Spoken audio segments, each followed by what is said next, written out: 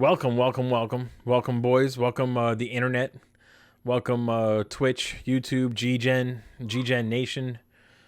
Everybody, all the adults and kids in between. What's going on? I'm here with Zuplex, and I should put you can also hear the voice of ScytheX. Say what's up, guys. What's going on, Gen Nation? What's good, Gen Nation? I should have put a little on the mic in the bottom corner. It says on the mic ScytheX. So what's up? We got a lot going on. All right. So today though we're gonna focus on two things because we got to keep it short and sweet. Not short and sweet, but we got to keep it focused here. We got Thor: Love and Thunder. If you haven't seen it yet, anybody who's watching or who watches the replay, save this video, save this stream, go watch the movie, and come back and hear our thoughts. We're gonna go deep, full spoilers. All right, it's been long enough. Spoiling the shit out of this one. You shouldn't even be signing into this episode of Theater Room if you didn't watch the movie. And all three of us have seen it. Am I right? Absolutely. Yep. So we all got our thoughts. We will talk about The Boys also. I figure we'll start with The Boys because while that was, that's a big show for us, Thor: Love and Thunder is really kind of the meat and potatoes of the week. But yeah, we'll focus on those two. I mean, there's a few other things. Miss Marvel, we'll wait till after the show is all completely over before we watch that, before we talk about that, because it just didn't capture me. I don't know about you guys. I'm trying to really like it, but nothing about it is that interesting. Past the first episode. I mean, I'm all caught up on it, but it's a slow roll. Yeah. I'm all caught up, and I can't wait for it to end. Yeah. Yeah. You know what? That's the consensus I'm hearing from a lot of people. I basically missed the last two episodes, and I kind of felt like, you know what? I'll just wait till it ends, and then I'll just binge real quick all three and call it a day. Yeah. At this point, I'm really more focused on Thor: Love and Thunder, and honestly, if you watch, if you keep your eyes on YouTube, you'll see our Teenage Mutant Ninja Turtles Shredder's Revenge Part 1 is going to be on tomorrow at 9:30 a.m., where Zuplex himself, me, and One Shot all got to play. Scythe, I know you're dying to jump in with us too, so we'll get Part 2. We'll get all four of us, hopefully. Then we also have, just before we get into everything, if you guys are on the YouTube, if you've checked out the YouTube, you'll notice we added a kind of a new type of video to our repertoire. Harry Mack reactions. I reacted to Tom McDonald. Those reactions in particular are getting some of the best responses we've gotten. So thank you, and we really appreciate the support and the recommendations and all the likes and subs. If you haven't seen them yet, go check them out and let me know if you like them, and if you have any recommendations. We're all willing to react to these videos. We all kind of are fans of music on top of everything else, and we're looking for things to listen to. So, Buttersworth, what's up, my man?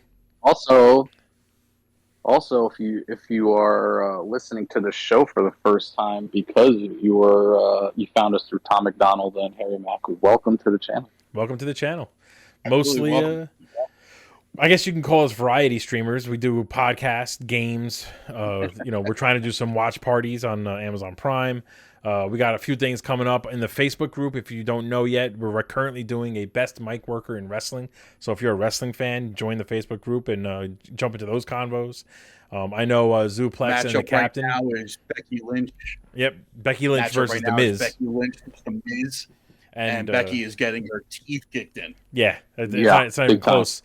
And Buttersworth, I know you're a big wrestling fan. Not the man right now. I know Buttersworth is a big wrestling fan, so I'll give you the little inside scoop on the matchup that's going to go up tomorrow. It's Batista versus Roman Reigns.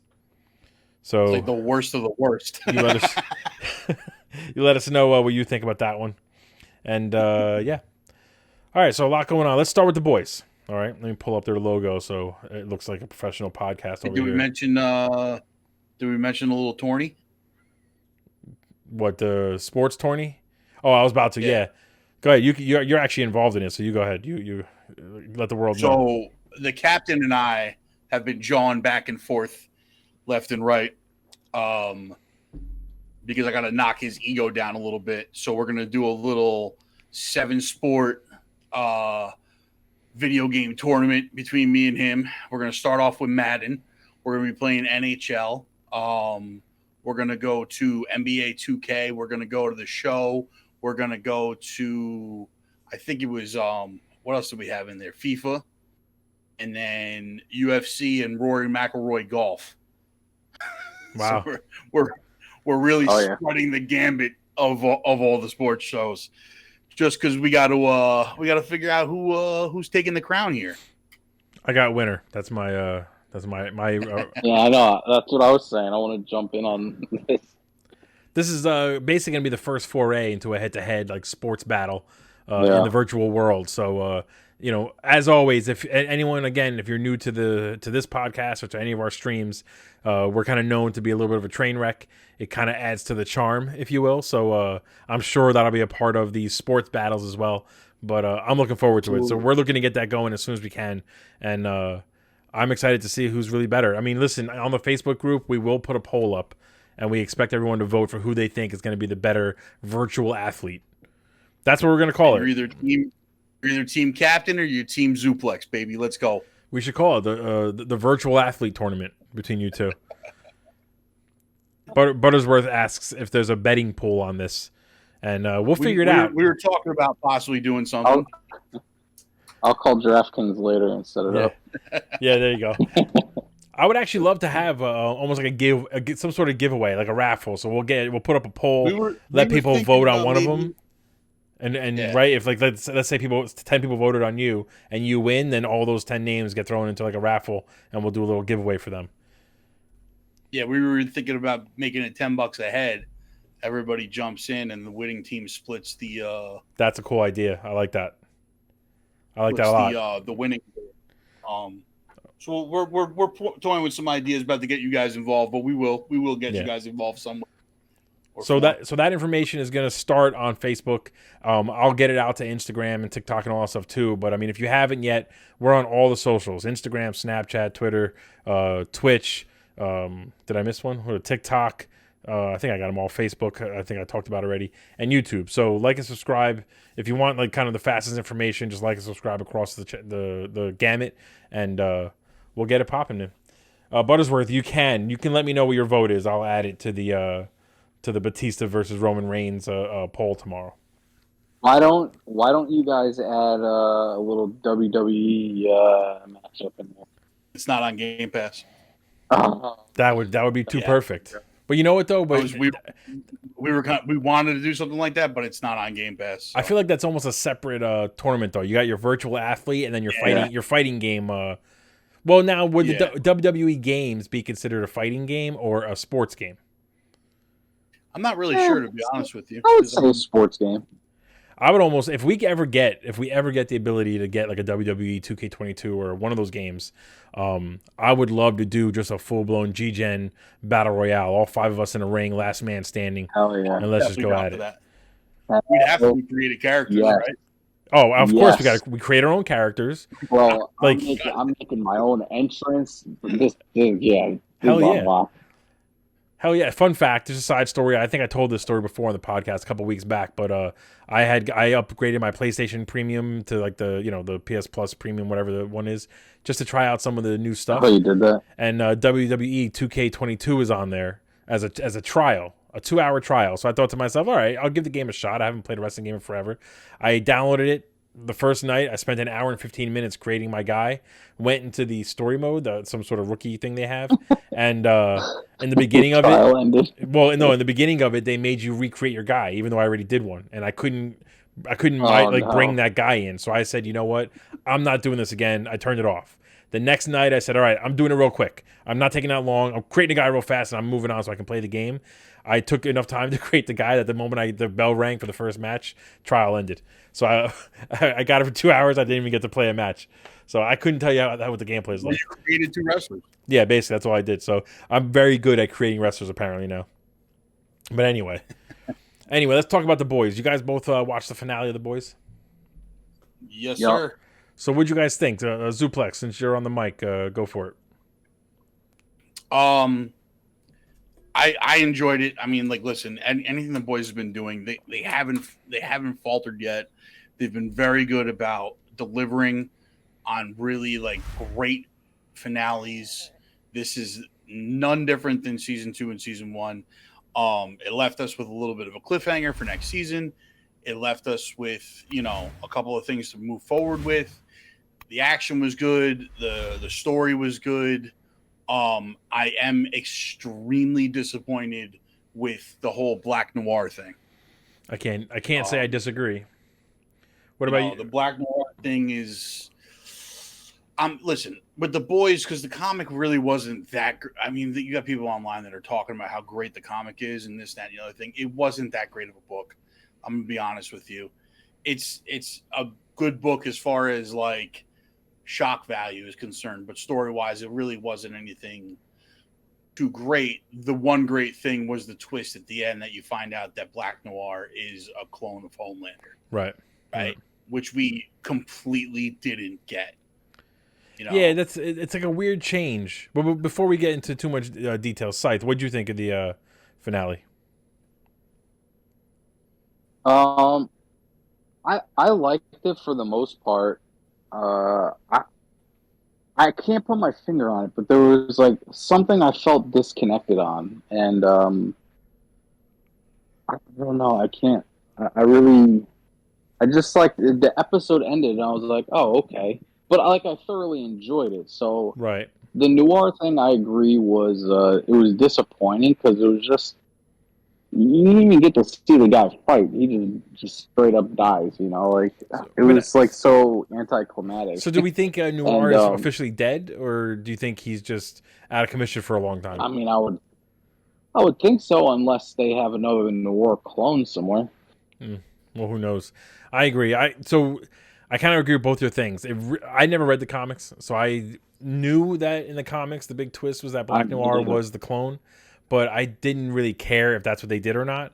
However, the thing that bothers me about the whole twist or the whole thing is that, like you said, Scythe, it's like they didn't even fight. Like we had 3 seasons now, or was this 4th season? I think of 3 seasons of Black Noir being this like figure that every single person was nervous around.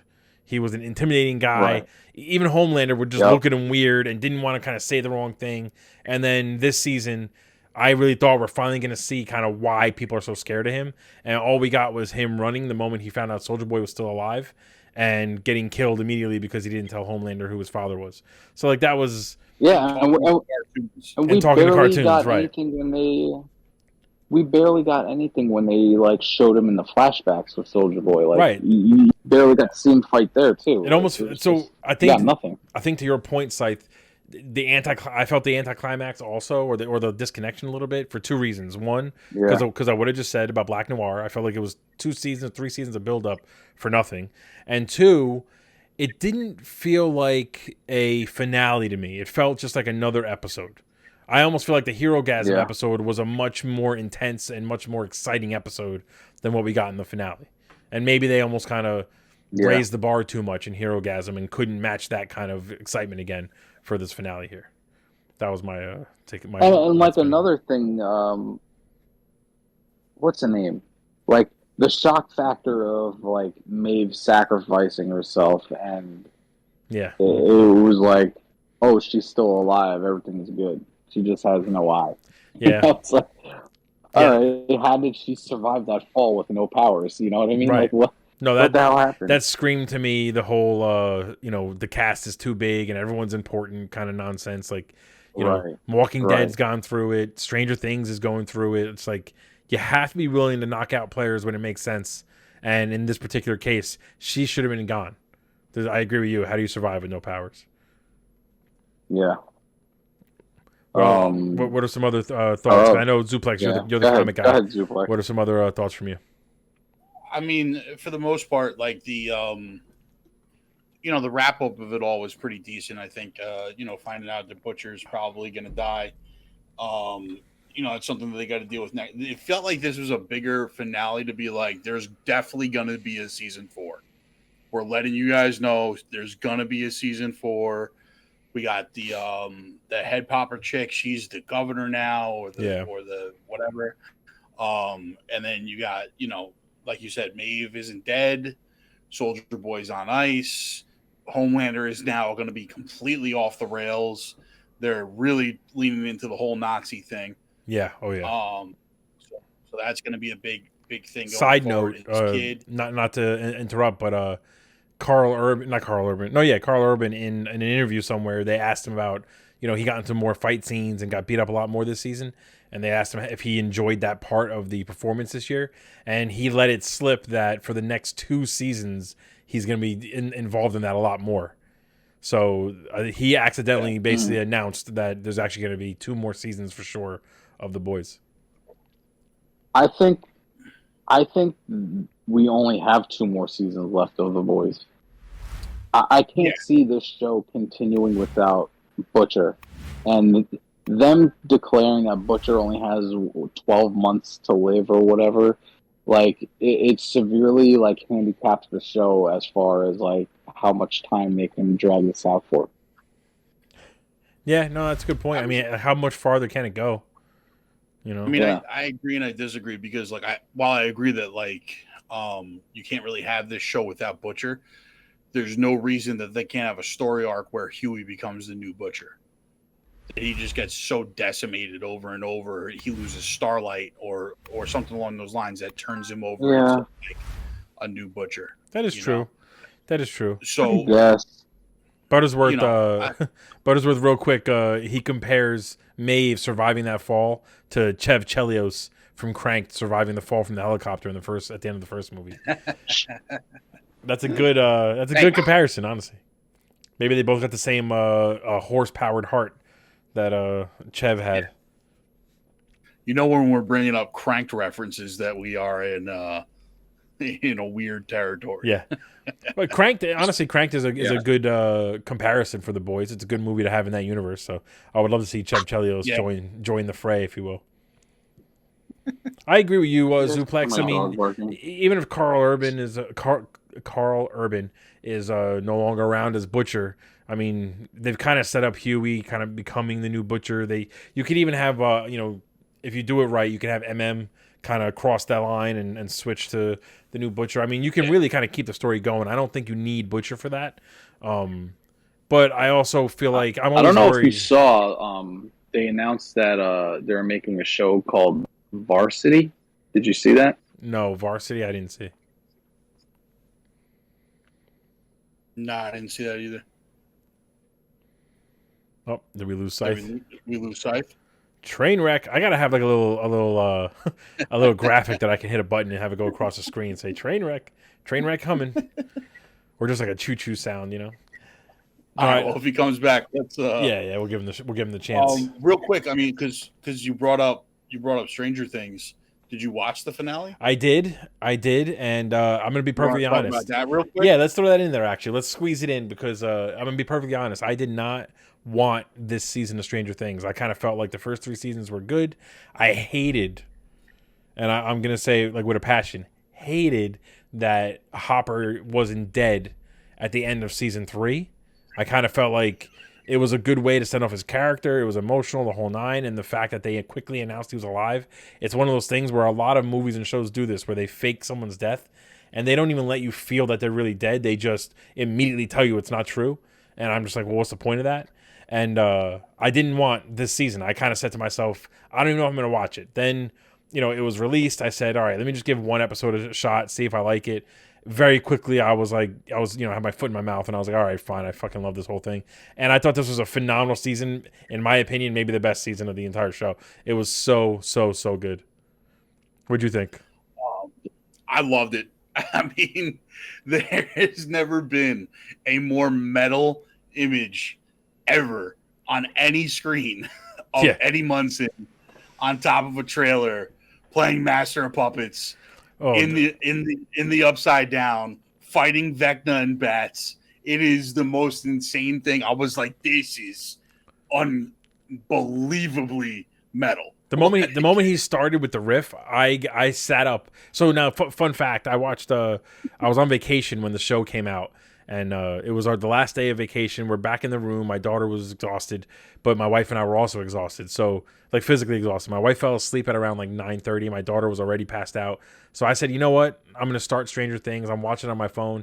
I stayed up 4 hours straight, just watched the entire last 2 episodes, and literally, excuse me.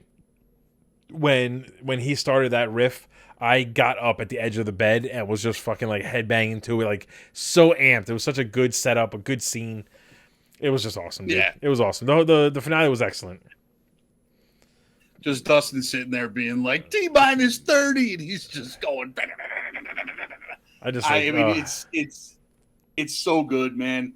Like, I gotta give it. The Duffer Brothers really know what they're doing. Like, they know how to bring great story, great heart into all of this. Like, you really feel for all these. You don't want any of these kids to die. No, you really do get into it. You know, like, you're really heartbroken about it. You know, like my girl Max just being all held up in a coma now, all fucked up and everything like that. Speaking of Max, there's actually there was a little clip that she posted on social media where she's banging out the drums like a pro. And someone online basically said, this is what, in the next season, they need to have a scene with Eddie, like, in Vecna's mind, basically playing Master of Puppets, just, like, you know, rocking it out to kind of mess him up, with her jumping on a drum set and just banging out the drum solo for it, and just friggin' tearing him from the inside out. Oh, that'd be amazing. What's really cool is, did you see you guys talking Stranger Things? Yeah. Zach. We noticed we lost you for a second, Scythe, so we figured we'd move on. Yeah. What was really cool was so good. Metallica on TikTok. I saw it. Yep. They duetted the Eddie Munson Master of Puppets, and they're playing along with them. I was like, it's so insane badass right now. It's so badass. I got goosebumps like right now just thinking about it. Buttersworth says, dude, the 80s references in this season were absolutely nuts, and he's 100% right. Yeah. But like, so to your point, Zuplex, before about the Duffer Brothers. It's not even just that they're so good at what they do, but like this is a testament to why, if you're gonna have a multi-season show or something like that, if you're gonna buy, if you get multiple seasons purchased, you really need to have a plan. And you could tell that every decision they make is something that was thought out before, and that ties in a casual or a kind of natural way to things that came before, that answer certain questions that came before. I mean, so some of the stuff about, like, you know, hearing the clock in season 1, finding out from Will that it's been Vecna the whole time that basically was kidnapping him, like that kind of stuff is so well thought out, and that rewards people who watched from the beginning and who pay attention from the beginning. And that is something that's missing with a lot of shows. And the problem is, perfect example I can give you is Cobra Kai. I'm a huge fan of Cobra Kai. I love that show. I've loved it since it was on YouTube Premium, but YouTube Red. Yeah, YouTube Red. But they don't have like this 7-season arc planned out. They had, I think it was 3 or 4 seasons, and the shows did so well that they just added more. And like, okay, great, I want more of what I like, but if you're not planning out another 3 seasons and you're just kind of winging it every season, it starts to feel disjointed. And even the last like kind of season felt a little all over the place. It's the same thing. Too many shows kind of go through that. And Stranger Things, you know, I'm hoping that next season's supposed to be finale. They keep it that way. They don't try and extend it, and they just let it kind of end on a high note. You know what I mean? Just let it end. Yeah, let it end. Sometimes you just gotta let it end. If it's one thing that Netflix does well, it knows when to end its shows. Yeah. Well, Netflix kind of has to end shows because they can't afford to keep producing. Yeah.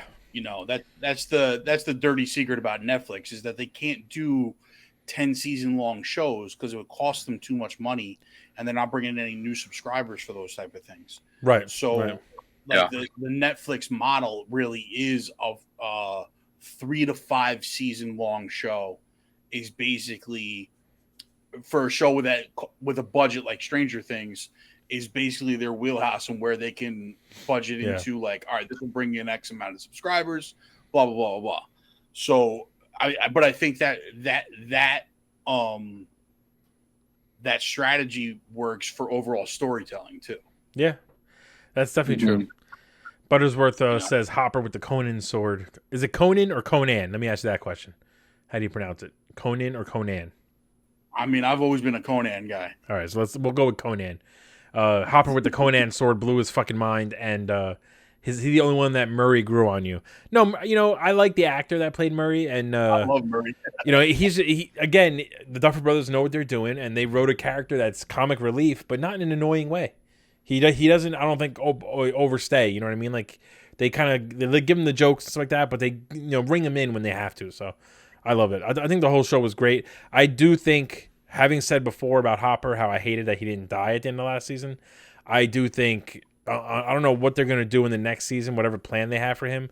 But his whole storyline this last season seemed pointless to me. Even at the end, I mean, you could have cut that out completely, and it wouldn't have really affected the show at all. If anything, it would have just kind of increased the pace a little bit. Otherwise, I don't have any other complaints. Everything else is good. Pointless because we got to see Hopper fighting a demigorg with a goddamn barbarian sword. That's why it wasn't pointless. The whole thing was a build up to that one scene, I guess, right?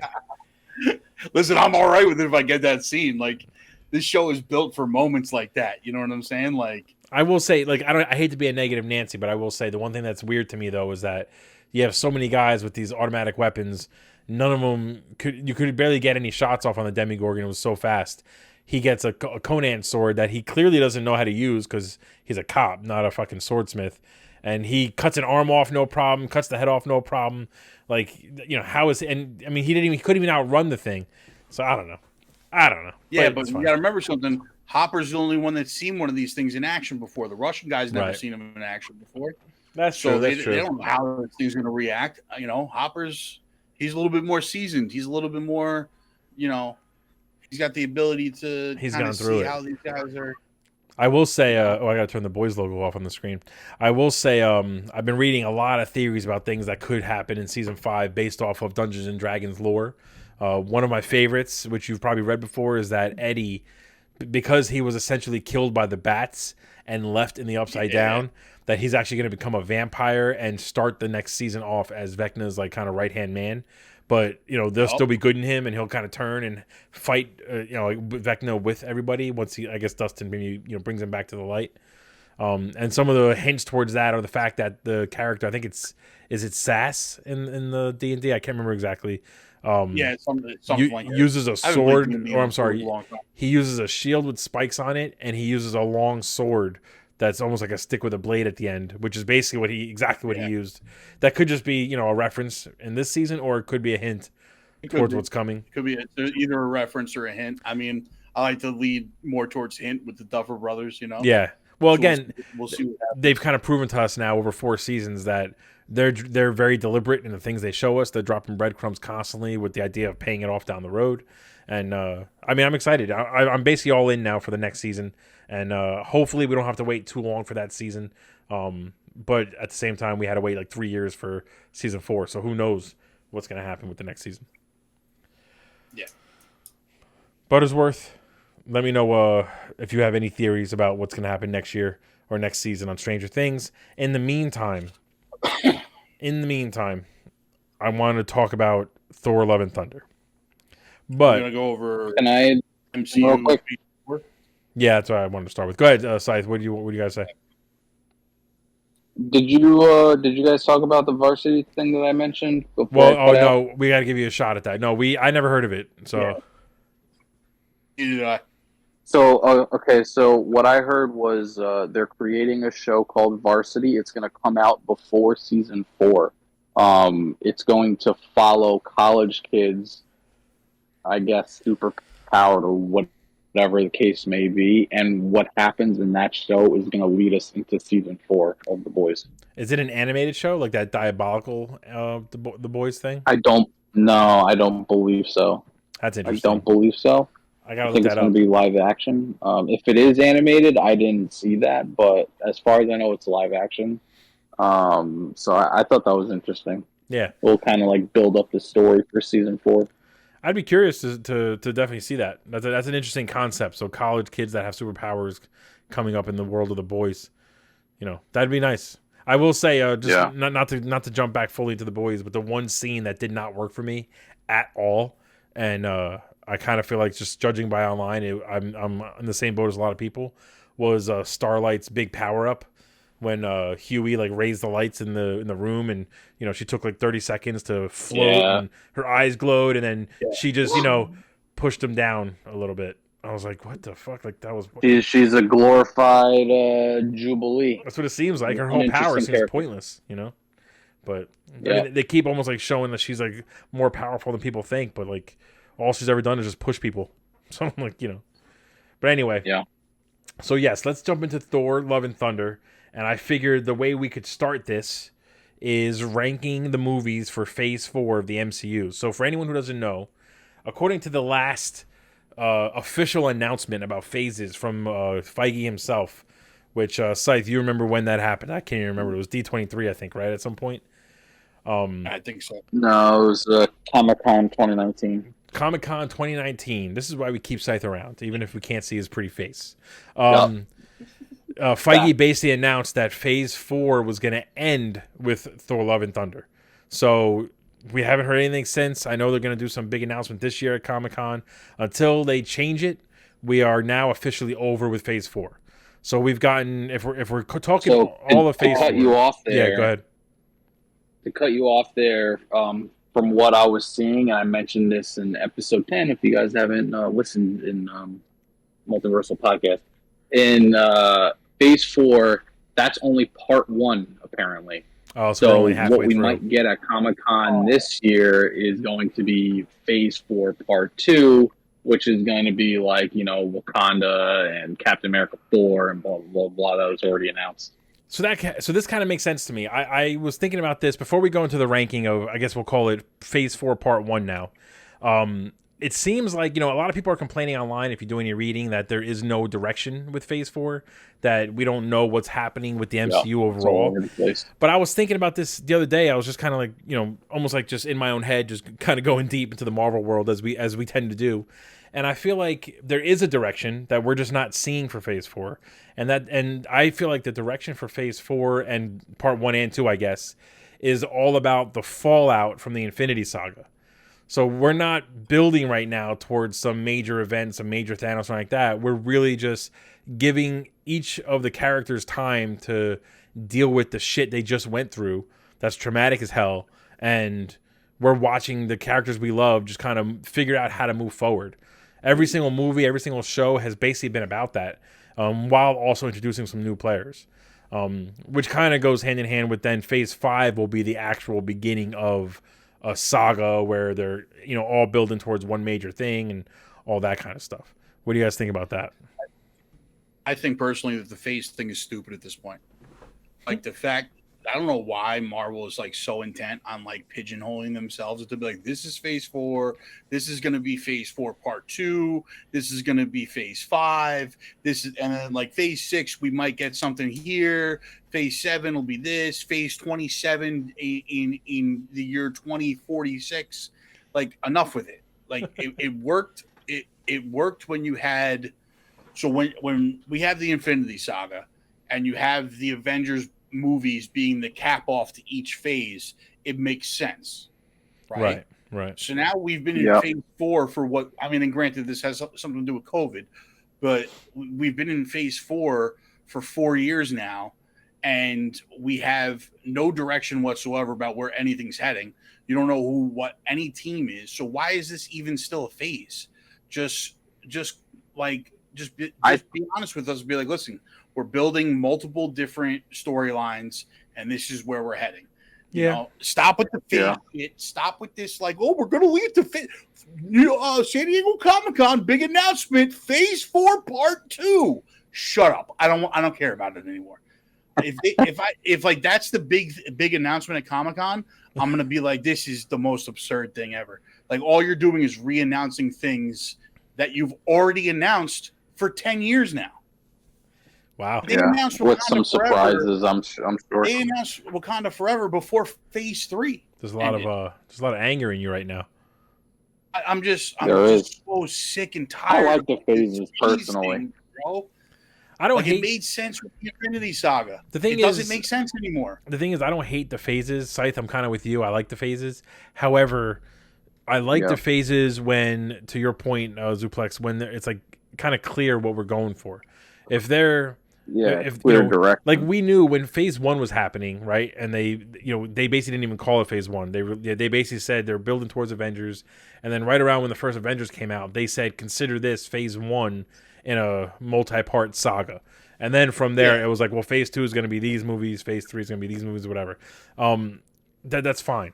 I feel like I agree with you. Just be honest. Just if Phase 4, my theory is that Phase 4 is really about the fallout of Phase 1, not necessarily about building anything or whatever, then just say that. Just say, don't worry about phases. There is no phase. We have a list of movies coming out. Enjoy what we give you. When we're ready to give you another phase, we'll talk about it. You know what I mean? Which is maybe what maybe he plans on doing that at New York Comic Con. Maybe not. Who knows? I heard a big rumor this week. A leading rumor this week is that they are going to announce Wolverine at New York Comic Con. I hope. Ooh, well, that would kind of track, right? Taron Egerton's been getting interviews and whatever. So like, he's been getting. Well, there was a big New York Times interview with Taron Egerton this week. Right. I think it was like 2 days ago, something like that. Right. That'd be dope. Where they briefly talked about it. But it's been picking up a lot of heat, so I wouldn't be surprised if that's the big announcement. That would be dope. Which is great. If that's the big announcement, awesome. If you tell me it's in Phase 7, I'm going to smack somebody. Well, now I agree with you. They can't drop a bomb like that and say he's coming. Or this is basically Blade, right? They told us Blade was coming, and then we've heard nothing. Like, you can't. It's fine if you're going to introduce a big character like that, but you got to give him to us. Fantastic Four, same thing. You said Fantastic Four is coming. I know there's been some behind the scenes kind of crap, but like, it's got to come. Give us more information, or I don't know. Just let us know that it's on the way. But like basically, you're giving us shows like Miss Marvel while we're waiting for the Fantastic Four. And it's just like you're not giving us anything. All you're doing is prolong. Like no one cares about Miss Marvel. You're distracting us. We want Fantastic Four, and I want to care about Miss Marvel. I really do, but. I wanted to too, but the show's terrible. I do feel like, is the show terrible, or are we at a point now where we're kind of impatient and it's kind of like, all right, enough. Like you've given us enough filler. We got to get something more substantial. I guess Thor was supposed to be that, but because here's the thing, like in all honesty, this is the first Disney Plus show where I'm saying it's terrible. Yeah, like Moon Knight, I love. Hawkeye, I thought was amazing. I enjoyed all of them. Captain America was amazing. Yeah. Like even WandaVision, the first half was slow and then it picked up, and I really like how it ended. Loki was amazing. Yeah. So I don't think it's that we're getting impatient. I think it's just that like Miss Marvel sucks. Like it almost seems like, to me, it almost seems like the timing is off with this show. Like you make a good point there. I've watched every single show, and without missing a beat, I've watched every episode the week it came out. And this is the first time that I'm multiple episodes behind, because anytime I sit down and I'm like, oh, what do I want to watch? It's not the first thing that pops into my head. I'd rather rewatch a movie that I've seen a million times right now than watch Miss Marvel. And I'm gonna force myself through it. And I'm not gonna. But it's the more that I like watch this show, the less I understand what's happening. It's just so much. That's not good. It's wild. That's not good. Buttersworth says Marvel right now is like the professor in Back to School telling Rodney Dangerfield, I have one question in 27 parts. Yeah, I mean, that's really what it is. It's like super frustrating for us as the viewer. Like, I'm not going to spoil anything or go deep into Miss Marvel or anything like that, but like even, 2 episodes ago was supposed to be like the big, like Marvel's been doing this thing in all their shows where like the episode 4 or 5, there's like some big twist that changes the whole like dynamic of the show. Even when that happened, I was just like, oh, like, right. It was more frustrating than anything else. Like I still don't care. Like I still don't care about this character. I don't care about what's going on in this show. Like I don't care what happens to her. Like it's just she's supremely unlikable. Like I don't know. I don't know why. Like, very unlikable. I wanted to like her, and I just can't. And that's not a normal thing for Marvel. I mean, they know how to write characters in a way. Their characters where we fall in love easily. We even with trees that only say "I am Groot." He's a fan favorite. You know what I mean? But they've been able to do it. Before like the MCU guys go crazy or the woke leftists go crazy at us about this, it's not because she's a female. It's not because she's a teenage girl. She sucks. Okay, because I loved Kate Bishop. I love Yelena. Right. You know what I'm saying? Like all of these characters were done super well. Even Wanda, we love her. Yeah. Like what? Like the way this show is written, the way it's acted, it's just bad. Yeah. It's just bad. So now, all right, having said that, Scythe, we'll start with you. If we had to rank everything that came out in Phase 4 Part 1, and I'm including Black Widow in there because that's a part of Phase 4 Part 1, what would you say? How would you rank it off the top of your head? Are we ranking the shows or just the movies? I mean, I would say probably just the movies, honestly, because the shows are kind of their own beast, so I would stick with just the movies. All right, so just the movies from best to I would say yes, from best to worst. Yeah. I would go Spider-Man: No Way Home. I Okay. would go Shang-Chi. I would go Yep. Thor: Love and Thunder. Then I would go Doctor Strange. Then I would go Eternals, and then Black Widow. Wow. So what do you think, Zuplex? What would That was you do? right off the top of my head. I mean, my list is almost exactly the same. Like Thor, Love and Thunder, and Doctor Strange are kind of like the same rating for me at this point. Okay. Okay. I thought Doctor Strange was actually a little bit better. So I'm putting that ahead of Thor. And then I would switch Eternals. Otherwise, you think Eternals was worse than Black Widow? No. I think you had. So I agree with you. I would go with No Way Home, Shang-Chi. That's number 1 and 2, almost like unanimously. Yeah, I mean, that's not even a hard choice. But then you threw in, what was your number 3? Thor: Love and Thunder. Yeah. So I would probably put Thor: Love and Thunder there. Yeah. I would put Eternals next, and then Doctor Strange.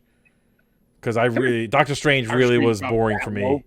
Yeah, like Eternals. To me, I like the fact that Eternals at least tried to give us something different, and went for some unique things. Whereas Doctor Strange, I felt like they missed the boat completely. The more I watch it, I've watched it twice now. I can't even get myself to watch it a third time, and I can't. Like the second time, it was rough. Doctor Strange. I really didn't. I wanted to, but I really didn't. Short, So we're all basically unanimously putting Thor as number 3, if I'm hearing it correctly. Yeah. No, I'm going number 4. No, you went Doctor Strange for Thor. So since you like Thor the least out of the 3 of us, let's start with your opinion here. Go ahead, give me your opinion on Thor: Love and Thunder. So overall, like, this movie just tries too hard. It at every single moment it tries too hard. Like there's certain parts of the movie that I loved. Like, I think Christian Bale's amazing. I loved Russell Crowe as Zeus. Like, I thought both of those parts were fantastic. Even Thor and them invading Mount Olympus or whatever they were calling it. Omnipotent City. Omnipotent City. Like, even that whole like segment, I thought the comedy was spot on there. Like, that's part that probably made me laugh the most. Like, it was parts of there was parts of it that like really like hit. A lot of jokes in this movie fall flat. I totally agree. A lot of it's in the first half. So now when it starts, go ahead, Fred. No, I was just gonna say, like, I think I saw the movie first, and then it was like Chris, and then Wade. Yeah. And I was waiting to see your guys' reviews, like spoiler-free reviews, and I feel like we all wrote the same thing in different variations. We absolutely did. You know what's funny? On my review, a buddy of mine who's a part of the GGEN group on Facebook, he said that he thought the second half of the movie was horrendous compared to the first half. Those aren't his exact words. I'm paraphrasing. Yeah, I didn't get that. I didn't get that either, though, because we all 3 of us are in the same boat. Like, the first half was, I thought, I agree with you, Zuplex, trying way too hard. It was silly. Yeah. The jokes, not only did they not land, I like Taika Waititi. I love his movies. This is probably the first time that he's done comedy in a movie that I was kind of like, yeah, okay, it's just not funny. It's just not funny. Yeah. The goats thing. Like Jojo Rabbit is a masterpiece. A masterpiece. It's a masterpiece. What We Do in the Shadows is a masterpiece. Those are comedy gold and just storytelling gold. Those are good things. But like, the perfect example I can give is the goats. I even told my wife, who really doesn't give a shit about the MCU or Thor or any of the stuff that having to do with mythology. Those goats, bro. But the whole goats coming out and screaming. I'm not gonna lie, the goats kind of made me laugh a lot. The first time it made me laugh. Even when they first got on the Milano with Guardians, and Nebula wanted to shoot him. Fine, it was funny. 2 times they made me laugh. By the end of the movie, when they made me laugh was the beginning. So I'm sorry to cut you off. No, go ahead. It was the beginning, when we first hear them scream, right, and then when they hit the moon. That's it. I was just gonna say that. Those are the only 2 times where the timing of the joke, the scream, everything kind of worked, and it was funny. Every other time you kept hearing him in the background. Yeah. It was more of like, yeah, okay, I get it. Go scream. Let's just move on from it, you know. And I agree with you, Zuplex. Yeah, I agree. I felt like agree 100%. when they get, or I would say probably when they're on their way to Omnipotent City, for me, then the movie started to gel. And from that point forward, it was the Thor I wanted. It was the follow-up to Ragnarok that I wanted. But that first hour was rough. It was boring and rough. So at the beginning of the movie, like I thought they were doing like a really smart like nod to like the Princess Brides, where Korg was going to narrate the first half of the movie to a bunch of children, and it was going to be like over the top silly because he's narrating it to a bunch of children. Right. And then they dropped, like if that was what it was, I would have been like, wow, this is really smart. This is really funny. Like, right. That would have carried well. Yeah, it would have carried a lot better because like you're like Korg's throwing stuff in there, like the splits and all this other stuff. Like it makes sense. Right. You don't know what he's telling that's true or not because it's Korg, so you know that he's like a psycho. Yeah. But they started like that and then immediately gave that dynamic up. So what was happening was real, and you're like, this is stupid. It was the whole scene. Spoiler alert for anyone if you're listening to this, if you're listening to the replay on YouTube and you haven't watched the movie yet. Spoiler alert for you, and I apologize if I ruined it ahead of time. The entire beginning with the Guardians of the Galaxy was trash. I didn't like it at all. I thought everyone was kind of stupid.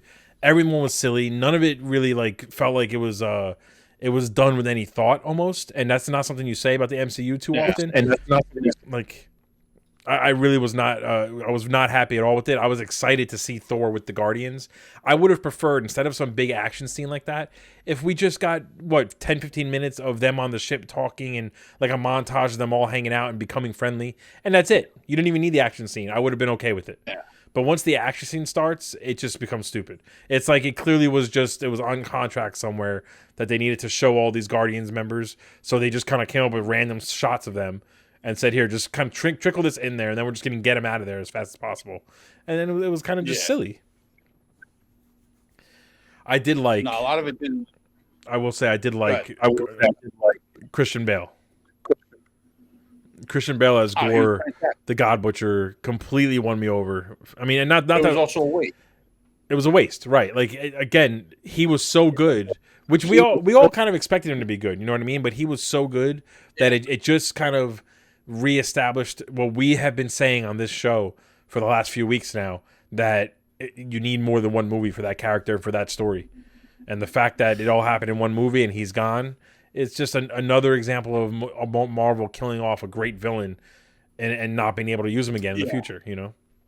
And it's a villain that you could easily get 2 to 3 movies out of. Yeah, 100%. There could have been a trilogy on his own. I don't know about a trilogy because I think his story, like even in the comics, like Gore's overall story starts to falter a little bit, and that's why you bring in Null, right? But Marvel doesn't have the rights to Null, so maybe you get 2 movies out of him, maybe 3 if you really like. Oh, we lost Scythe. Yeah, train wreck. I'm telling you, I'm gonna get an animation that I could just hit a button and have it just go train wreck, a little train crash into a car or something. So I think, you could get 2 movies out of him easily. At least, I don't know why you wouldn't set up 5 with him being the the big bad of like you can do it where Thor saves the kids, right? But Gore doesn't die. Right. Let him get away. Right. Live to fight another day or whatever. Like, you know. Now here's the other thing, and I read an article somewhere, and they made a really good point that his name. They say it over and over again. The God Butcher, over and over again. He's Thor the God, Gore the God Butcher. We see him kill one god in the very beginning. I wouldn't say he butchered him, and then after that, you're kind of told that he's done all these things. But again, to your point, this movie should have ended maybe with him killing Zeus or killing some other major god and make him like a credible threat for us, and then ended in the next movie.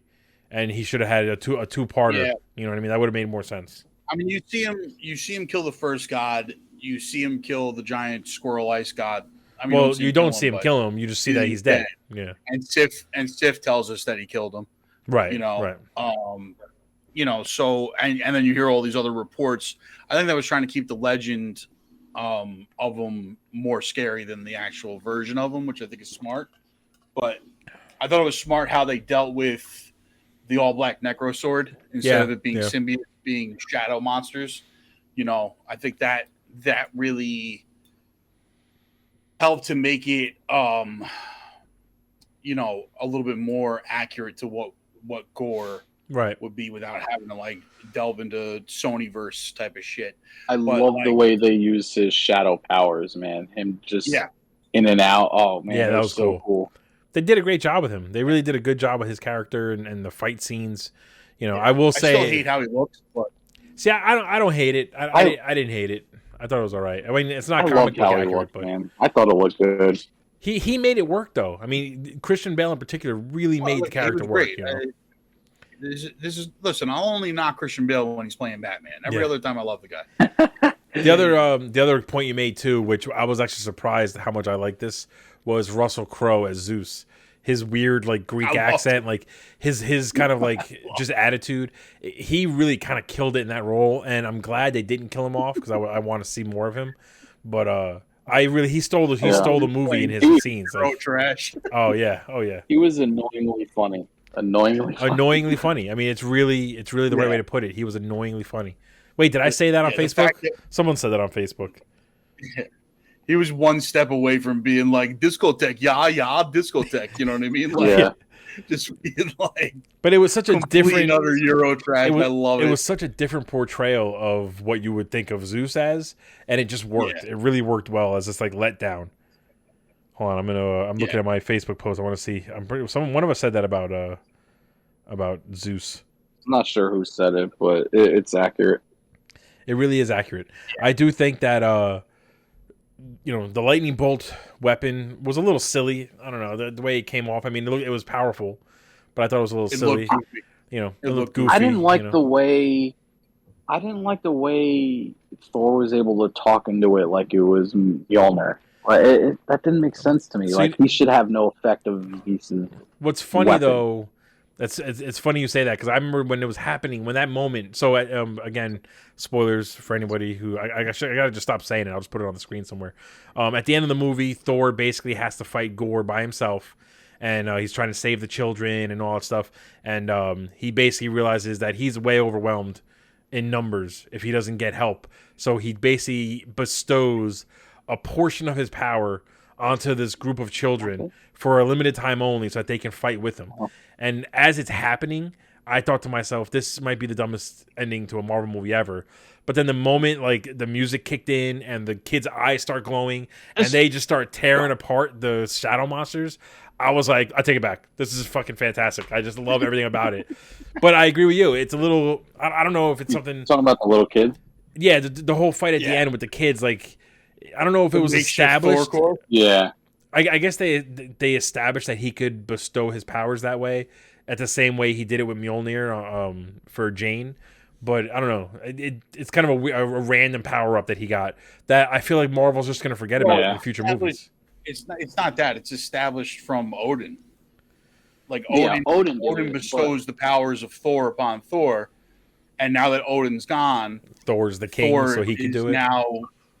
So he has the power of Odin. I guess, but to me, it just seems weird that like they should be able to like power up their own weapons, not another god. You know what I mean? You know where it becomes weird, I think, Scythe, is that in future movies, in the next Avengers or whatever, wherever Thor appears next with other people, if they need an extra power boost, if he doesn't do that, if he doesn't basically say, okay, look, here's some of my power just for the next couple of hours, then it's like, well, it's a silly thing that you even did it once, because that could be useful in so many occasions. You know what I mean? So I guess if they forget about it, it'll be a problem. Could have did that in Infinity War. Came to Wakanda and just powered everyone up. Yo, can you imagine? Well, he didn't know he had those powers. But can you imagine if he did that and with the Wakandan army, he basically gave them all his boost and then they all just fucking went at it? Oh, that would have been epic. I mean, there's got to be levels to it, right? Like, because if he gives power to the entire Wakanda army, it'll sap too much of his own power. You know what I mean? So yeah, no, it will. There's obviously some rules we could dream. Stop popping our bubble here. We could dream, all right? Listen, I was with the mini Thor core because I think that's what the whole idea of that whole segment was. Yeah, well, I thought the like you said, like you thought it was going to be stupid, then when you see it and you see Heimdall's son, it works. Axel, Yeah, as he likes to be called. Oh, yeah. Then the needle drops, and they all just start fucking going to town on Shadow Beast. Like, it worked. It worked a lot better than it should have. Yeah, like you said, I thought this was going to be stupid. I'm like, oh my god, this is such like a Disney thing. And then all of a sudden, they just started whooping ass. I'm like, holy shit, this is awesome. I mean, and that's I'm just saying right now, my favorite kid with the power was the one with her teddy bear, just screaming and just fucking shooting lightning out of the teddy bear, just like like that was amazing. Yeah. It was amazing. I smiled so big when that happened. Speaking of that scene, so did I. Speaking of that scene, can we talk about the fact that we just saw in live action, so to speak, on screen, Eternity from the comics, the actual Eternity. This is such a deep cut. Such a deep cut. I could not. When they said it, I thought to myself, well, they don't like it. Literally, I'm in the theater and I was by myself, and I thought to myself, they don't mean like, you know, the Eternity from the comics. They just mean like, you know, like some weird weird room or something. Like, you know what I mean? And then all of a sudden, you know, so basically, again, there's more spoilers. At the end of the movie, Gore's whole mission is to use the Bifrost to open up a gate to the, I guess you would call him a cosmic entity, Eternal, which is the embodiment, the physical embodiment of like the universe. And if you read any comics with him, it picture like Galactus, but instead of having any kind of detail in the face and body, it's literally just space, stars and blackness and space. And we saw that. That's where Gore gets to. He actually gets to him, and we saw it on screen in all its glory. I was blown away when we saw that shit. I literally, like, jaw dropped. It was like, holy fuck, I cannot believe we're seeing this on screen. Well, at first, when they first show you the chamber, that, you know, and this is... Right. It looks, before you see Eternity, right? Before you see what's inside the chamber itself looks like Galactus. The whole thing does, so yeah. Like, I thought we were seeing Galactus. I thought that was what was coming. Me too. Me too. I thought they were saying Eternity as in like nowhere. Like nowhere is a place. Like Eternity is going to be a place. Like a big celestial. Yeah, like something like that. And I was like, okay. And then I see the head, and I'm like, okay, that's going to be Galactus. We're going to see Galactus. Holy shit, we're going to see Galactus. And then the thing is, I said, holy shit, we're seeing Eternity. Yeah. Like, this is Eternity. Fucking like, nuts. Yeah, I feel like they just, like, Marvel just decided to skip a bunch of levels and get to the end. But that one, that's almost what it feels like. So confused. I literally thought early, like my thought in the moment when the chamber's being built was that Gore's wish was going to be to kill all the gods, and the way that was going to happen was he was going to activate Galactus, and Galactus was essentially just going to start swallowing worlds to kill the gods, and it was going to be like, this is it, this is the buildup that we've been waiting for, this is the big moment, this is what's going to give us Fantastic Four and all this kind of stuff. And then he opened up a door, and I was like, okay, so, you know, like you said, it's nowhere, it's like a room or something, like he's going to walk into the light, it's just going to be over, and then the light fades away, and all of a sudden I just see this silhouette. I was like, I feel like I was the only one in the theater who was like jaw dropped, like, holy, like, do you realize what we're seeing right now? It's a deep cut. No one in my theater understood what we were seeing. Like, I was sitting there like, is that Eternity? Like, Eternity? Like, what am I seeing right now? Like, I was like, what, is Infinity coming? Is like his sister Infinity coming? Now, correct me if I'm wrong. Like, Zuplex, you'll know this for sure, and Scythe, you might too. I don't even know. But in the comic books for Infinity War or the Infinity Gauntlet, whatever, doesn't Eternity show up to stop Thanos with the Infinity Stones, and then Thanos essentially like beats him in a fight? What was that? Sorry? Am I making that up? I think Eternity was no. I think that was in the Infinity Gauntlet. That was something else. Infinity. He does stop Thanos at some point. I don't remember it being in. I don't remember what happened now. I got to kind of look it up. But just to give people who don't read the comic books, Eternity is essentially like, if he decides like enough of your shit, there's no stopping it. It's just like, yeah, okay, enough of your shit. He handles it all. He's before time, before everything, and we just saw him on screen. I don't know if people realize how big of a moment that was. You want to?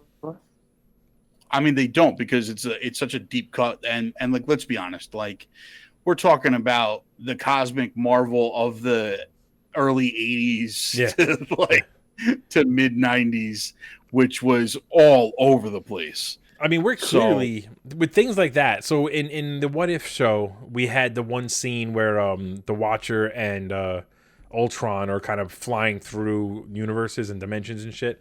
And at one point, Ultron tries to swallow a planet, and he looked like Galactus. You know what I mean? Then we got Eternals, where we got the Celestials, giant beings that are, make planets look like little pebbles. And again, it felt like Galactus was coming. Now we got essentially the outline of Galactus and a being that's essentially the same as Galactus, or almost more powerful than Galactus. We saw him on screen, so like it's a given at this point that we will be getting Galactus in the Fantastic Four movie. That's what I feel like that's gonna happen. Yeah. Did you notice in the final battle? I don't know if you mentioned it because I was cutting in and out, but there was like a celestial head in that room that we're in. In the final battle, yeah. Well, there were also 2 Celestials on Omnipotent City. Yeah. I was gonna bring up the Omnipotent City thing because I thought it was actually a big missed opportunity for them with all of the stuff we have going on with especially with Miss Marvel right now, and then on top of like the Moon Knight stuff, we didn't see any Egyptian gods. There was one. Like, no, we did see one. Was there? I didn't. Maybe I missed them. It was very quickly. I see now. I'm not huge on Egyptian mythology. I'm pretty sure we saw Ra, the sun god. I believe. I could be wrong though. I apologize if I'm wrong. But it was basically, I was looking for it because I liked Moon Knight so much. It was the seat. They're walking towards their seats. Thor, Valkyrie, and Korg and them are walking towards their seats, and the camera pans, and in like the bottom left corner, you just see the big headrest or headset or whatever you want to call it. It looked like a sun. Right. It was like a yellow sun on top of a green being. Oh, I thought that was an Aztec god. Now maybe I'm wrong. Maybe it wasn't. I thought that was Ra, the sun god. But you might be right. Yeah, you might be right. I have no idea. Honestly, that's one of the reasons why I will watch Thor: Love and Thunder again, because that whole scene probably has a ton of characters that we couldn't even see because it went by so fast. That's what I'm saying. It's like you had two Celestials hanging outside. Yep. Right. Almost guarding the place. You could have brought in one of the Muslim gods from Miss Marvel, right? Yep. And you could have brought in Khonshu or even the hippo. I don't remember her name. And had them been in there and like say hi to Thor and stuff like that. Or you could have also had Kamal Nanjiani show up. They should have had him show up. You know what I'm saying? We need more of him. Get the payoff about when he talks about in Turtles about how like he used to play with Thor when he was a kid. Well, would have been. Well, actually, isn't he with the Celestial though? I forget this Amut or whatever his name is from Eternals. At the end of Eternals, he takes all the Celestial takes all the existing Eternals on Earth to go back to the main Celestial world or whatever. Oh, I thought he was still on Earth. I thought he took them all. I could be wrong. I gotta watch Eternals now again. Left Cersei, they left Sprite, Cersei. Well, they all stayed. No, they're not on Earth anymore. They were with the Celestial. The only ones I thought that were still around was Druid, the fast one. I forget what her name was, and they're on the ship because that's why they were on the ship. Everyone else that was on Earth, all the other Eternals, the Celestial took them all. You might be right. I honestly I don't remember. I do think though it would have been pretty baller though if you saw one of them. Let's say you saw Druid before Thor talks. If you saw Druid asking Zeus like, "I need help because my family has been taken and I need to go save them," just as a quick connection. But right now Marvel's trying to keep everything as separate as possible. It feels like. I mean, that whole movie was just so damn fast. They breezed through everything so quickly. Yeah. It was a shame. There was a lot of scenes that they could have fleshed out more. Yeah, I agree. From what I understand, there's a 4-hour cut of that movie. Yeah, Taika Waititi. Not only did he say there's a 4-hour cut, but he also told us he's never going to release it, Which is like, why even tell us then, you son of a bitch? Yeah, but apparently like 2 hours of it, or like an hour and a half of like what he cut out, were just them running jokes over and over again. Yeah, I would watch Like it. they were just the basically jokes were just they were all like gag reels. Like they were just like letting Thor like say different lines, letting the Guardians of the Galaxy say different lines in the beginning. I would watch it. Apparently, there's a lot of content that was just that. I would have, if they announced that that's what we were getting for 2 hours, I would have watched it. As long as they told us ahead of time that that's all we were getting, I would have been okay with it. The fact is, they didn't tell us that. I thought we were getting a pretty baller movie. I agree with you, Scythe. They flew through it. Doctor Strange 2 and Thor: Love and Thunder, I think both of them could have been longer. They could have added 20 minutes or so and just made the movie, just slow it down a little bit, let things kind of feel a little bit more intense, a little more epic. Not to say I hated Thor: Love and Thunder, but again, I think my hype was a little too high for it, and it didn't deliver at all. They could have gave us so much more with following Gore, just go about his journey and becoming who he is, and it was just like in a blink of an eye, he became the God Killer, and then we were at the final battle.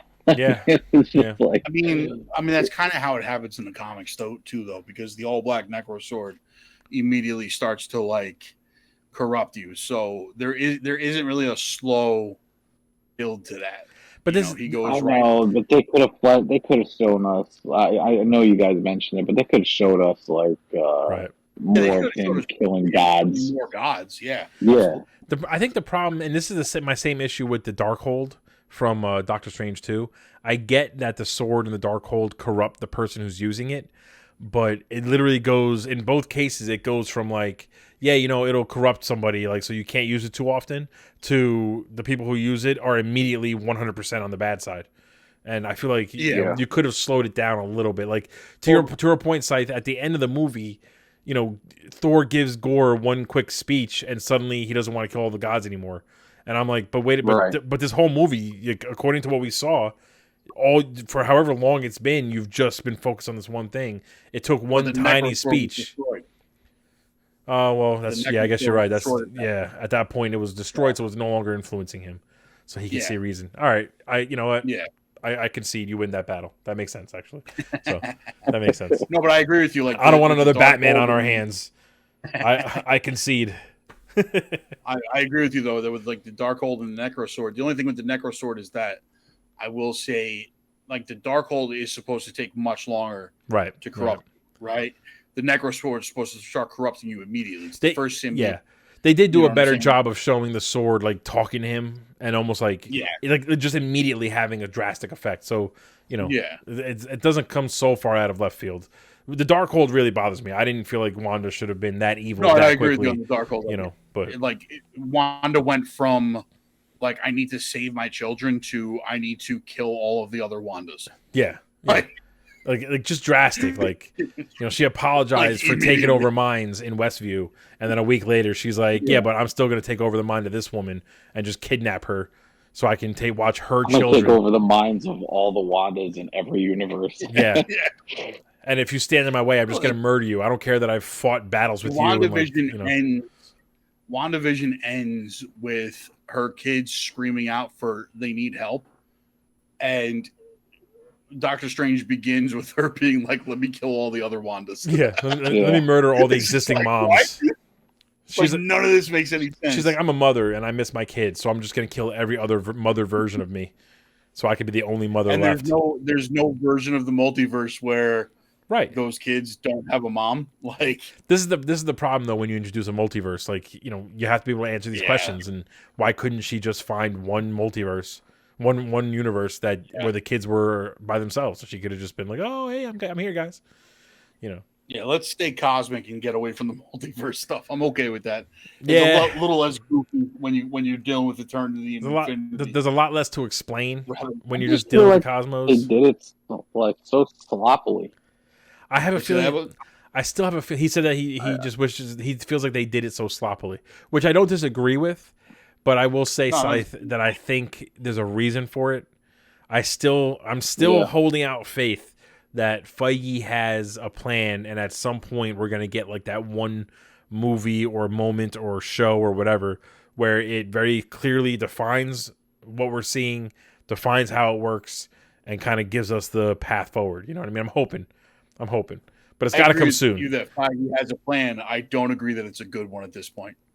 It's getting harder. I will say it's getting harder and harder to defend it. You know what I mean? Like I'm an avid defender of the Feigmeister, but it's like, I'm getting closer and closer to agreeing with the captain, which I hate doing.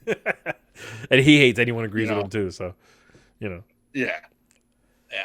But anyway, so it's gonna be tough. So we gave it our if you haven't seen it yet on Facebook, we gave it our star ratings out of 10. I think the general consensus is it's about a 6.5 to a 7 out of 10. And that's not just from among us; it's among a few other members of the GGEN group. I mean, if you feel free on the Facebook group, definitely as you see the movie, give us your reviews. I love reading that kind of stuff. I want to hear everyone's opinion. And we want to hear what you guys think. Yeah, I mean, I don't know, did we miss anything? Did you guys even talk about Jane yet? No, actually, I was just gonna say we missed. I was literally thinking to myself, I feel like we missed something. We missed some specific, like, major part of the movie. I mean, we didn't talk about Valkyrie either. Yeah. So, all right, let's start with it. I actually really like her character also. Scythe, go ahead. You remind us about Jane. So, give us your opinion on Jane. I loved her as the mighty Thor. I thought all her scenes as Thor was incredible. Mm-hmm. Her choreography. Her look, her choreography, the way she interacted with, Thor and everybody else, I thought it was spot on and awesome to see. When she was actually Jane Foster, to me, it felt like she fell back into that weird, awkward person she was in Thor 1 and 2, and I hated that about Thor 1 and 2. Well, and I feel like they did that on purpose, though, right? To really kind of separate the Thor version. Yeah. But I couldn't stand it. Can I tell you? What's Fred's take on this? I know that was the point. Whole operated anyway. Yeah.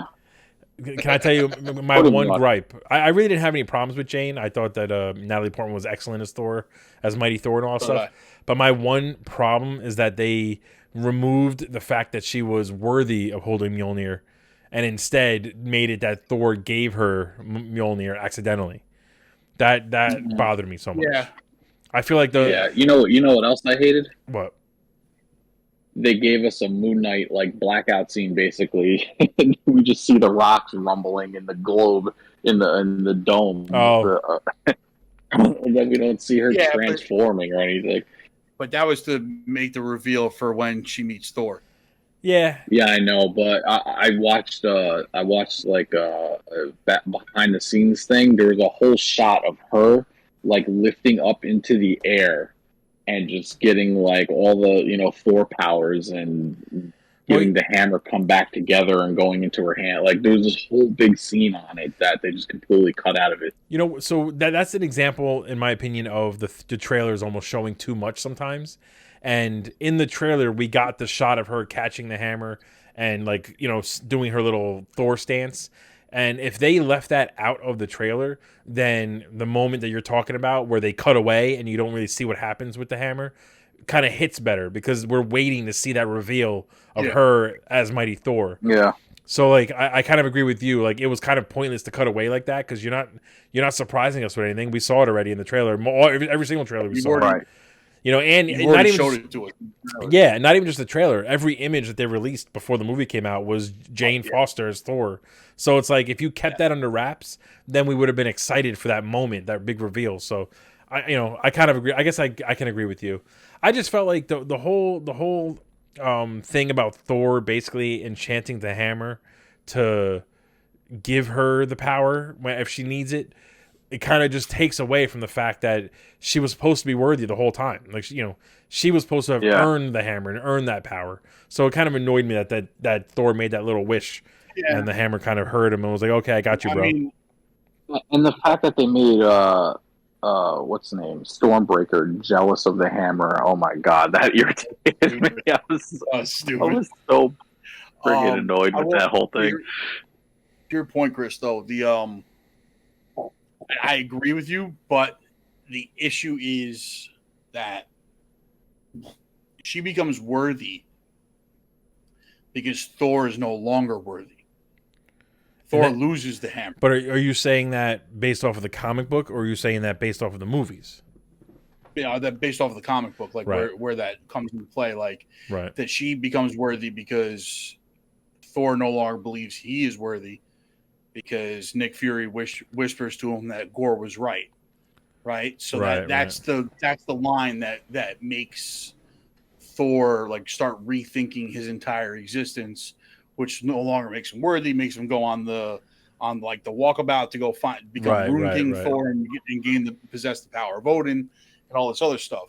So if you're not going to do all of that, then I think the next best thing that they could have came up with was him kind of bestowing the power the same way that Odin did to Mjolnir for Thor. I guess so. I guess. I mean, I don't disagree with that. I do feel like, though, not to sound too woke or any of that kind of stuff, but it's like, doesn't it take away from some of the, woman power that Jane has because it was handed to her from a dude?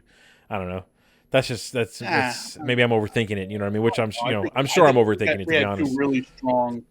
I think we had two really strong female characters in this movie, and I think they did really well. They had a couple woke elements in the movie. I don't mind I don't mind the wokeness. They're always going to. Yeah, they're going to go for it, But I thought Valkyrie was excellent in the movie. I think she was almost underutilized. I almost would have preferred at the end if Jane got hurt and Valkyrie went to fight Gore with Thor, and kind of give the two of them a chance to just kind of like end it and with the kids and all that stuff, and then have Jane come and save the day. That would have been cool. I just feel like they kind of knocked her off the board a little too quickly, and she didn't have much to do this movie, But maybe they did that on purpose. Maybe next movie she'll have more to do. Honestly, if there's a character that deserves a show, it's probably Valkyrie. She deserves more screen time. New Asgard show. I would love that. Just a show for that'd be cool. Asgard. Honestly, a show about New Asgard has Taika Waititi written all over it. Him directing that show would be fantastic. That would be fantastic. Absolutely give us fantastic. More stuff like that. Not give us more stuff like a New Asgard show starring Valkyrie. Then we see her like day to day, like trying to be the king, and it's boring the shit out of her. So she's like looking for an adventure somewhere. Yeah, that would be fantastic. I would absolutely watch that. 100%. And an adventure comes her way somehow. You know what I mean? Absolutely. And we get something. And you can bring in a new character that way too. Like somebody shows up to New Asgard, even if you wanted to do a bunch of like B characters, like they keep showing up to Asgard every week to like ask, King Valkyrie for help. Yeah, I mean that would be fantastic. I would 100% be down for that show. 100% be down for that show. That's like the problem though. Like these shows that are coming out, granted, 90% of them are fantastic. I feel like they need to set up the movies more. They need to play off each other, and it's becoming too independent in my eyes. Well, that's the problem overall. Like none of the movies are connecting, none of the shows are connecting, none of the shows are connecting to any of the movies, and we're left with whatever we're getting. And it's just like, we got next up is She-Hulk in a couple weeks. Right. Miss Marvel ends tomorrow. Echo coming, right? That's coming after She-Hulk. Not for a little while. Echo is not until at least next year. Yeah, next summer I think is Echo. Because we have She-Hulk end of July, and then in November we have Ant-Man. No, Ant-Man's next year. Right now it's still Wakanda. And I think Ant-Man is January or February. February, yeah. So we got Wakanda. I think Wakanda is like November, December. Ant-Man, February. I don't know what we have Disney Plus wise. We have the Guardians of the Galaxy Christmas special this year. Let's see. So we got and She-Hulk. Yeah, Wakanda Forever is November. We have Wakanda Forever this year. Ant-Man and the Wasp February. Guardians of the Galaxy May of next year. Then the Marvels. So Captain Marvel 2 is July of next year.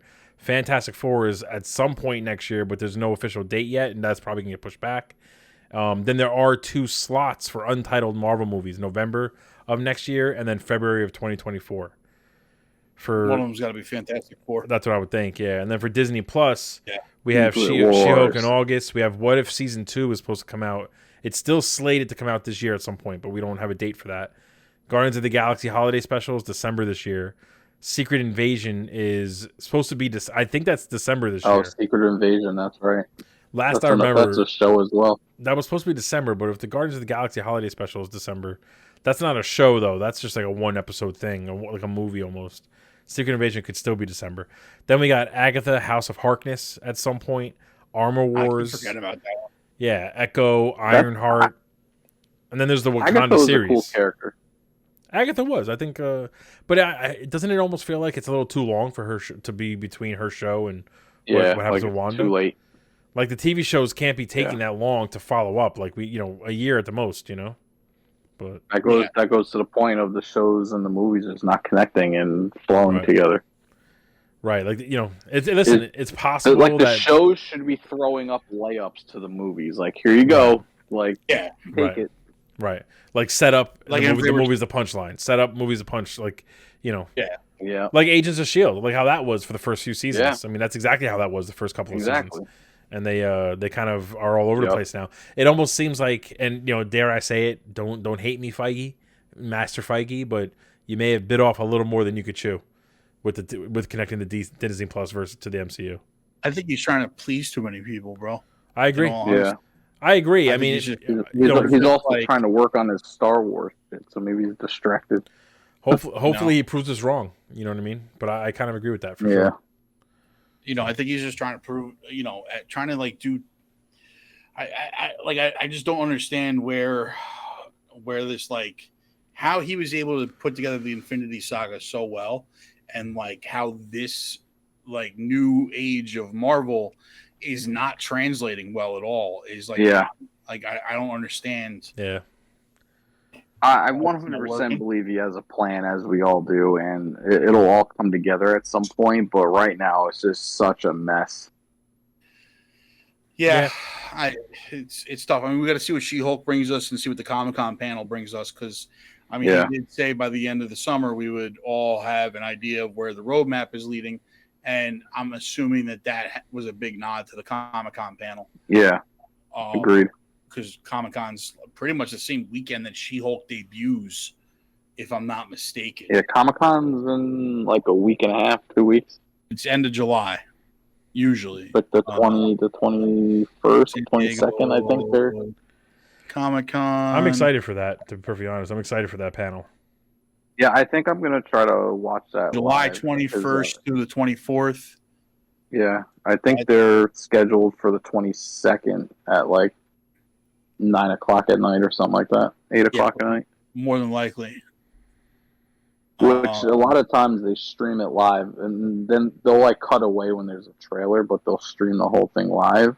I might try to watch that. We should definitely try to watch that live and do a live commentary on it. I would 100%. Oh, actually, they pushed She-Hulk back to August 17th. I thought it was supposed to be end of November, end of July. No, yeah, they pushed it back. I wonder why they pushed it back, though. Well, I guess they wanted to give Thor a little bit of breathing room.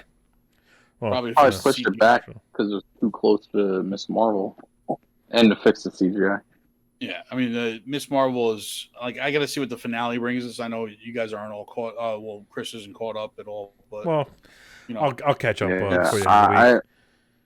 I feel like because we really got nothing. Not to talk so much on Miss Marvel, but because we really got nothing all season, and tomorrow's the finale, I feel like they're going to try to cram so much garbage into this final episode that it's just still not going to make sense.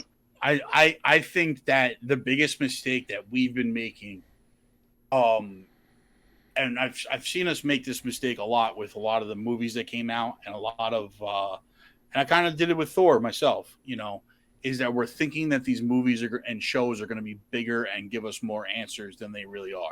Yes, they're 100%. They're obviously telling much smaller stories, and I think we just got to get used to that for a little while and kind of like let it build a little bit, because they're obviously not intent on giving us any type of answers anytime soon. So we might as well just try and enjoy what we're getting for what it is. But I agree with the captain when he talks about, like, none of these characters are making me excited. Yeah. Yeah, I mean, Shang-Chi I think Shang-Chi and Eternals got me amped and excited for what was coming, and Shang-Chi delivered. Eternals didn't really deliver, but they at least tried. Everything else, I mean, I take it back. Moon Knight is another character that I was pumped for, and I think it did well.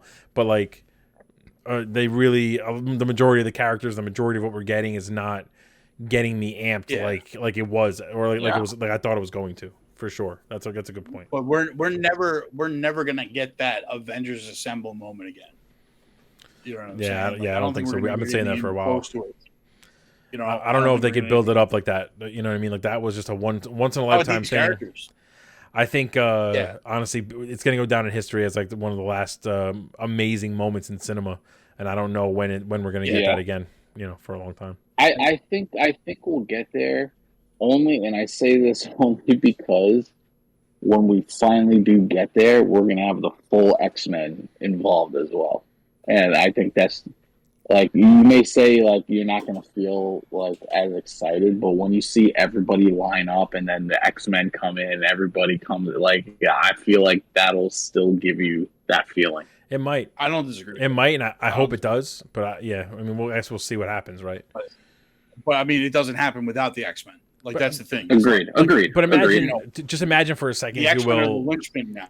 Imagine, if you will, Galactus is on his way. Everyone knows about it. We got movie after movie of people preparing and doing battle and whatever, trying to like get ready for this upcoming thing.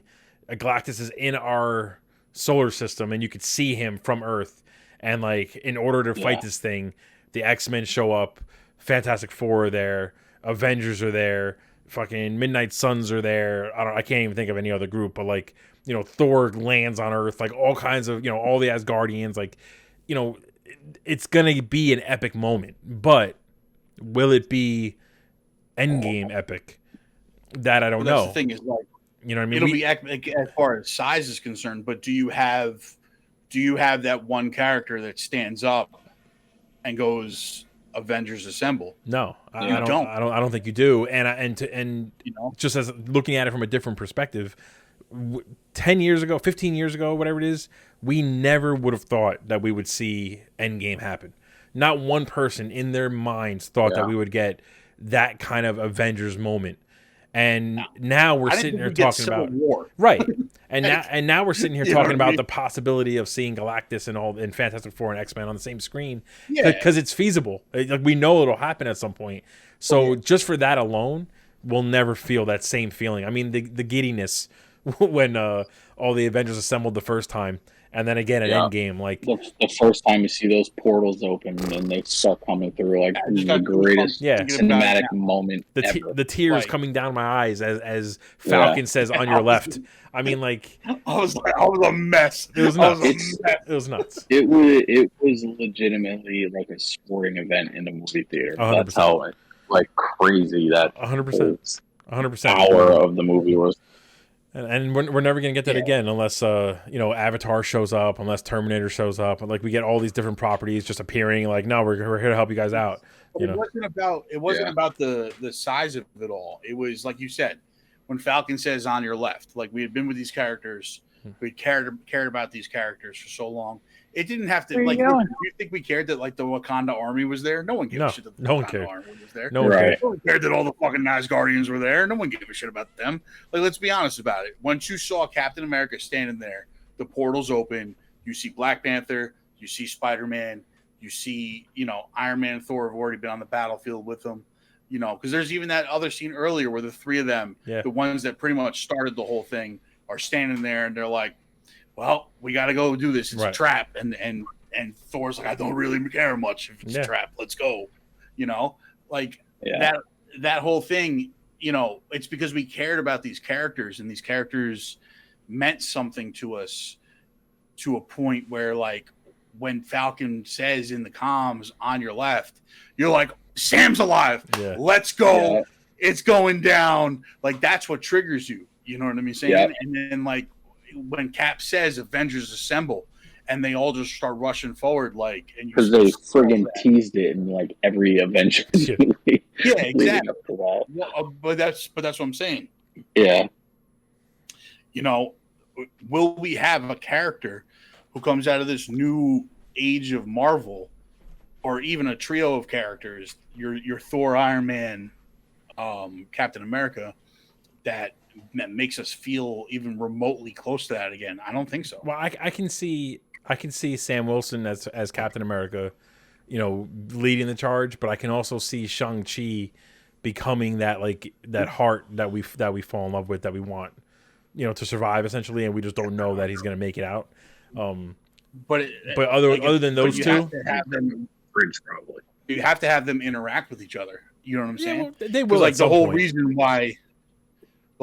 why they become so significant to us is because of like the first time we ever see all of them together in the first Avengers, where they're on the helicarrier, and they're all like busting each other's chops, but also talking shit and feeling each other out and everything like that, and there's all that dynamic between them. Like you start seeing that all gel, and you're like, oh wow, like I love these characters together. You're making me want to watch. You're making me want to watch the Infinity Saga again. I know. I don't know if we get that again though. Like, is Shang-Chi and like Sam Wilson and Bucky, like those are the three, right? Like those are the three most likable characters we have right now. Yeah. Are they enough? Like, I don't think so.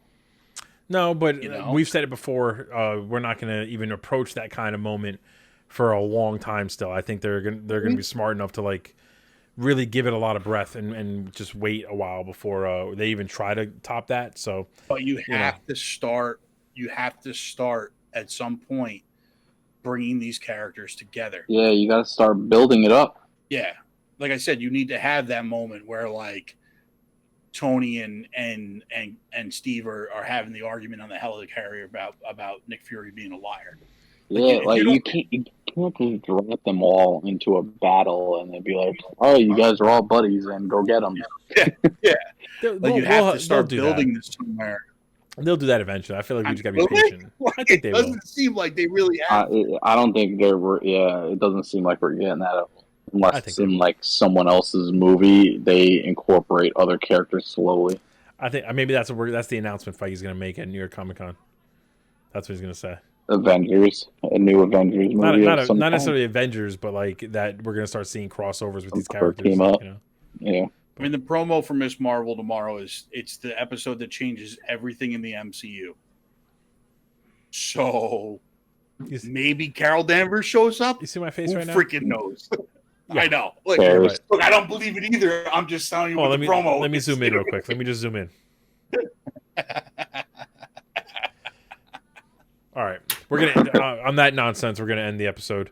That was Can we just talk about one more thing? And I apologize. No, what's up? Go ahead.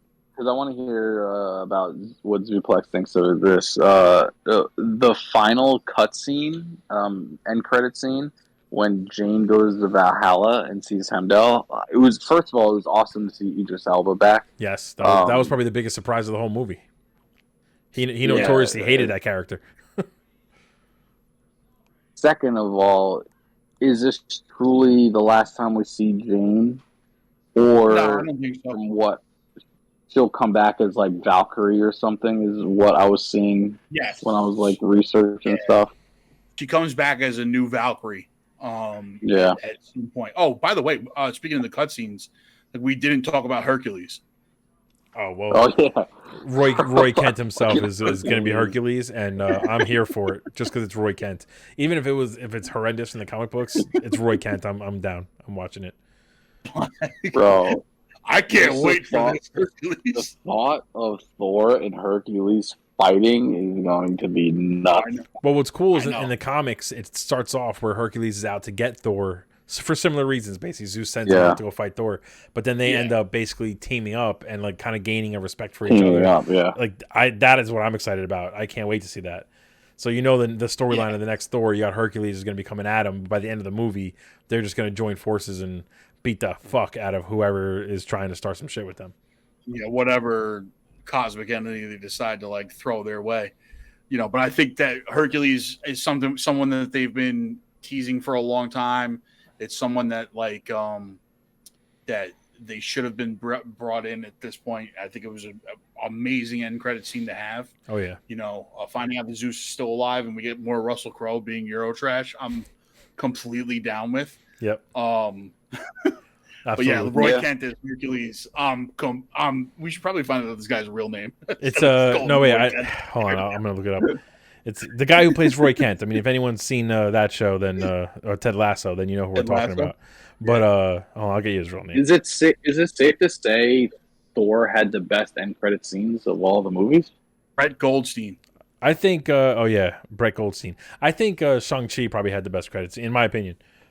The best end credits. Shang-Chi was I up there. don't remember what Shang-Chi's was. Well, Shang-Chi was the scene with Wong where he basically, him, Hulk, and Captain Marvel are looking at the power source from the rings, and they just hint that the rings are super duper ancient, older than they've ever seen. Yeah. So that was a good scene. That's right. And then there's also the scene. I would say the other good end credit scene is from Eternals, where Kit Harington's character is about to touch the what the hell was the name of the sword?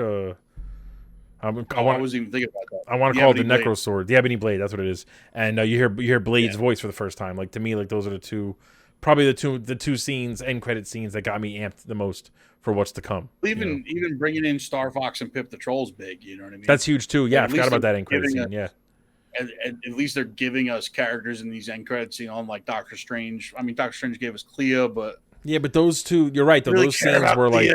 Those scenes were more world building. You know what I mean? Whereas, you knew that they were going to connect to another property. Whereas Doctor Strange end credit scene, not the final scene, the mid credit scene, just connects to another Doctor Strange.